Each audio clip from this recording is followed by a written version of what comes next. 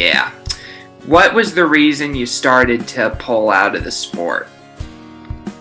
Just lack of funding. And, it was very, very tough to try to find sponsorship to fund the team and fund a half a season effort, to even, try to show up at the racetrack. And that was kind of the beginning of a lot of teams struggling to find sponsorship or not to be able to maintain a full season sponsorship with just a single sponsor. A lot of teams had to start hitting up multiple companies, finding multiple drivers to keep their team afloat and to finish out a full season effort so they can stay in the points. And it just got to the point to where it just, to us, it wasn't really worth trying to get out and hustle more sponsorship. And a lot of the guys ended up going to work for various teams over the winter of, my final season there. And we ended up just to shut down the team.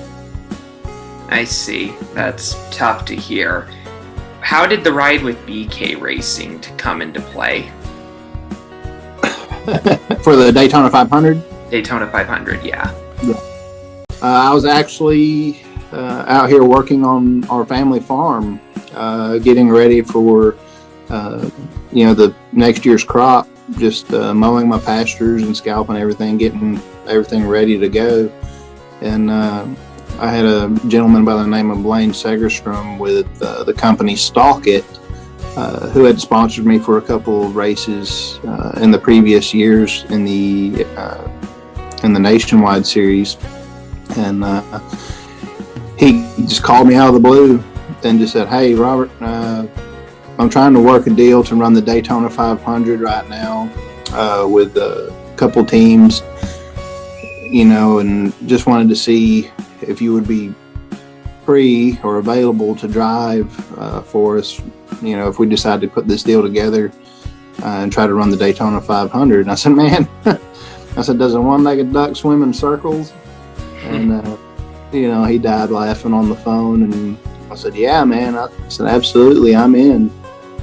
Just, keep me posted on what happens.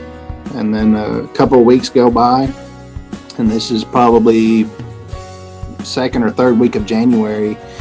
He calls me back and says, all right, we got a deal put together to run a car with BK Racing, and you need to get your stuff together, go fly to Charlotte and get fitted for the seat, and do what you got to do to get everything ready for the 500 weekend. So like within 3 days, I flew to Charlotte, went to BK Racing shop, met Mike Ford, who was my crew chief for that race, and met a lot of the crew guys that were going to be working on the car that week. Got fitted for the seat, and had to get a new suit made. So, at the time, Kelly with TriStar Suits was a good friend of mine, and she hooked me up and got me a suit made, basically within a week. And off we went. We showed up at Speed Weeks and just kept working on the car and, working with Mike Ford and all the guys that were on our team that weekend. It was pretty awesome chemistry right off the bat, and just kept working on the car and getting more and more speed out of it, and ended up qualifying for the duels, and just through attrition and also with Matt DiBenedetto making the 500 that weekend, it also locked us in. So it was pretty cool feeling, man. That's great to hear, and I can tell that was a better memory than other times I brought up, I'm sure. Well, there's a lot to think about racing, man. There's good times and there's bad times, but they're all awesome when you're there with a good team and a lot of guys that you care about a lot. It's just like going to battle, man.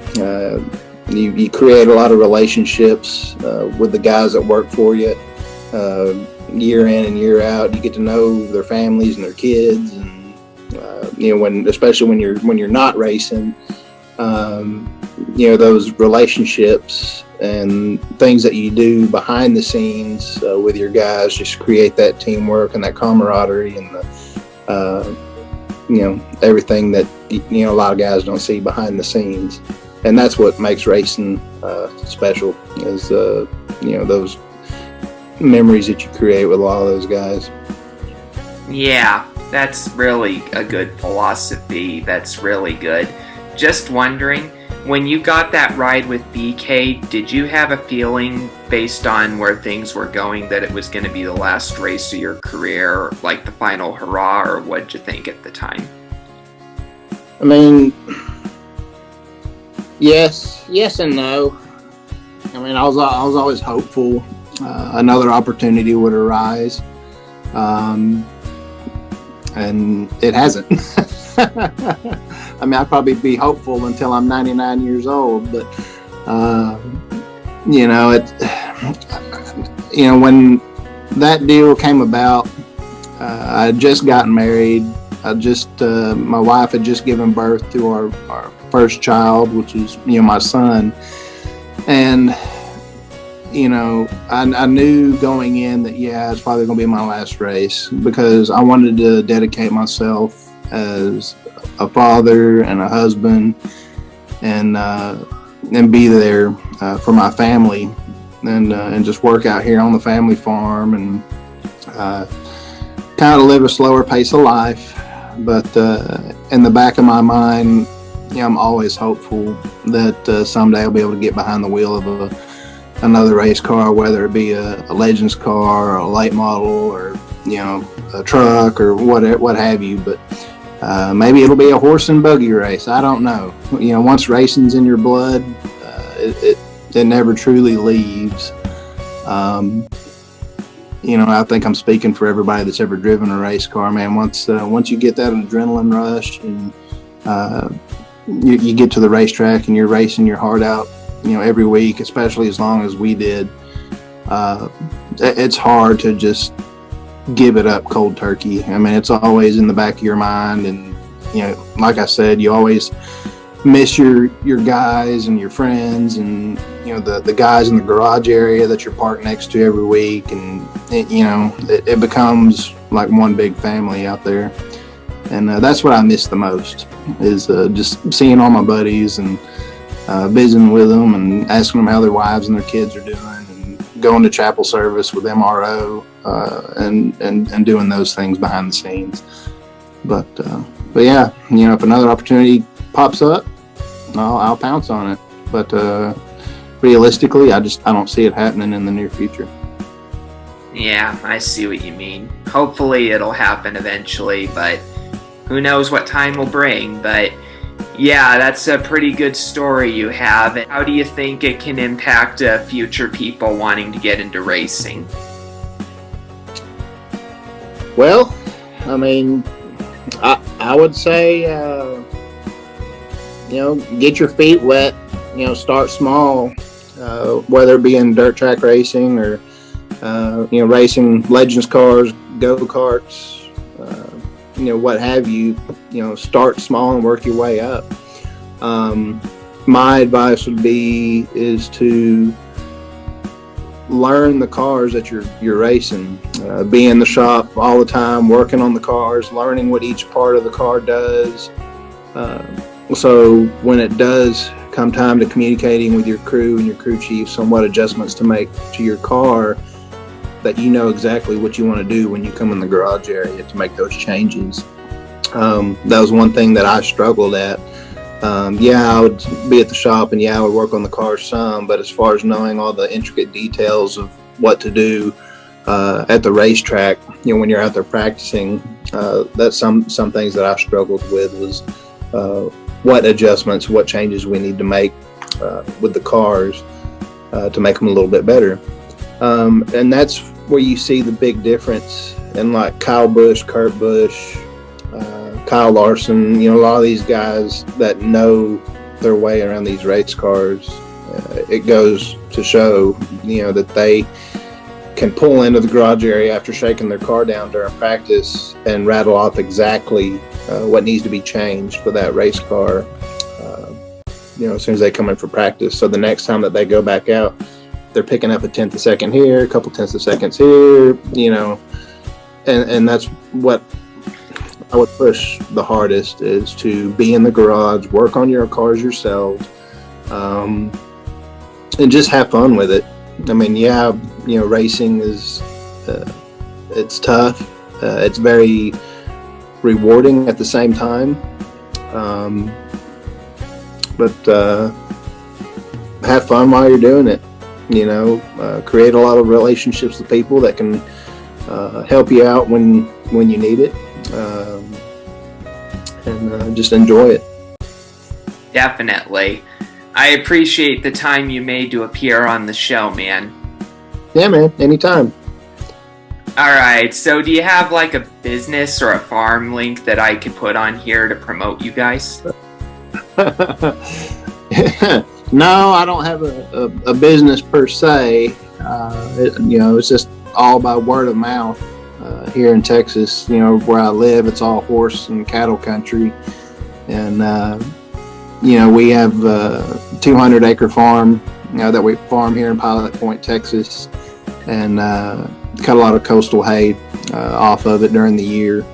And, sell it to a lot of these folks that, ride horses and, do barrel racing or basically anything and everything a horse can be used for. They do it out here in Pilot Point and the surrounding area. But it's a lot slower pace of life, that's for sure. That tractor doesn't go near as fast as, these race cars used to. But I do hold the wheel pretty steady. I'm out there driving around and got the radio cranked up and, just getting after it day in and day out so I can keep diapers on my baby's butts and keep food on the table, try to keep my family happy the best I can. Good on you, man. So yeah, that's all I have for now, but you have an inspirational story, I think, to future generations of people in the racing industry, and I wish you luck for the rest of the year. Thank you, brother. I appreciate your time, and thanks for having me on. No problem. And as Chase Elliott said earlier this year, Merry off-season and Happy Christmas. Yep, have a good off-season, guys, man. I know how that is. A lot of guys finally get to let their hair down and spend time with their families and enjoy the holidays, Thanksgiving, Christmas, New Year's. But, at the same time, they're getting ready for Daytona already. So, again, thank you for having me on the show. Have a blessed week and hope to be on again soon. Definitely. We'll bring you back on. So, yeah. Everyone, we'll see you next week for the next episode of Stories from Motorsport.